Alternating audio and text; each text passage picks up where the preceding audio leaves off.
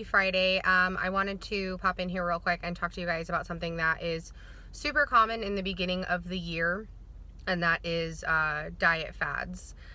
So a fad diet is something that kind of comes and goes. A lot of these diets have actually been around for a long time, but they come back out of the woodwork with, proper marketing techniques and all of that. And in the beginning of the year, when everyone's making New Year's resolutions to lose weight or whatever it is, we start hearing more and more about them. So things like the Whole30, keto, paleo, vegan, whatever it is, people want to use these diets for a short amount of time, maybe like 30 days, to lose the weight very quickly. Now, what happens a lot of the times is you do see weight loss, because most of these diets, the biggest thing about them is they talk to you about eliminating processed foods. So keto, for example, is a very high fat diet, but a very low carbohydrate diet.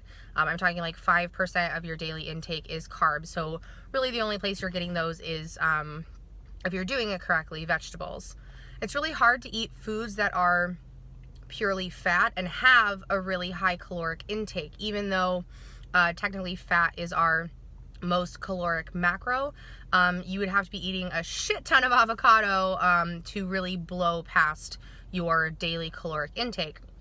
And most of the time when people are doing these diets also, they're not actually aware of how much they're eating. So a lot of times you tend to undereat.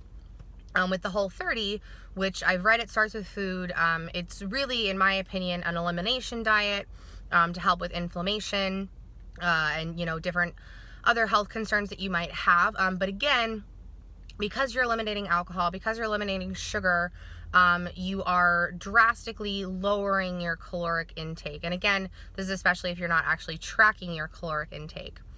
Now, while these diets all work to a certain extent, they're not super sustainable long term, because what happens is you'll do them for 30 days, maybe 6 weeks, you'll lose the weight, and then you'll just go back to how you were eating before, and surprise, you tend to gain a lot of that weight back. So what I do with my clients is emphasize tracking and learning about macronutrients, your proteins, your carbs, and your fats, and eating them in proper amounts for your specific lifestyle, your specific training routine, and your specific goals. Now, that's not to say, I had to change location here. That's not to say that if my clients do have dietary preferences, maybe they do prefer a high protein diet, maybe that's something that works well for their training or their goals, then of course we can tailor their macronutrients to that. Same thing with a high fat diet, a high carb diet. We take a lot of things into consideration. We don't just like stick some diet on somebody.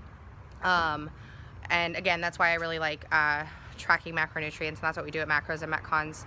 Again, this is not to say that those diets don't work. There's a reason that they do, but knowing the why behind you're doing them, and figuring out if something like that is going to be long-term sustainable. Because if you're on a keto diet, for example, are you never going to eat a carbohydrate again? Are you never going to drink alcohol again?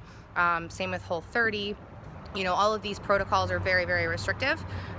So you have to just ask yourself, like, is that going to be beneficial to me in the long run? Am I going to be able to sustain this long term? And what really is what's my why behind this? So signing off. Thanks, guys.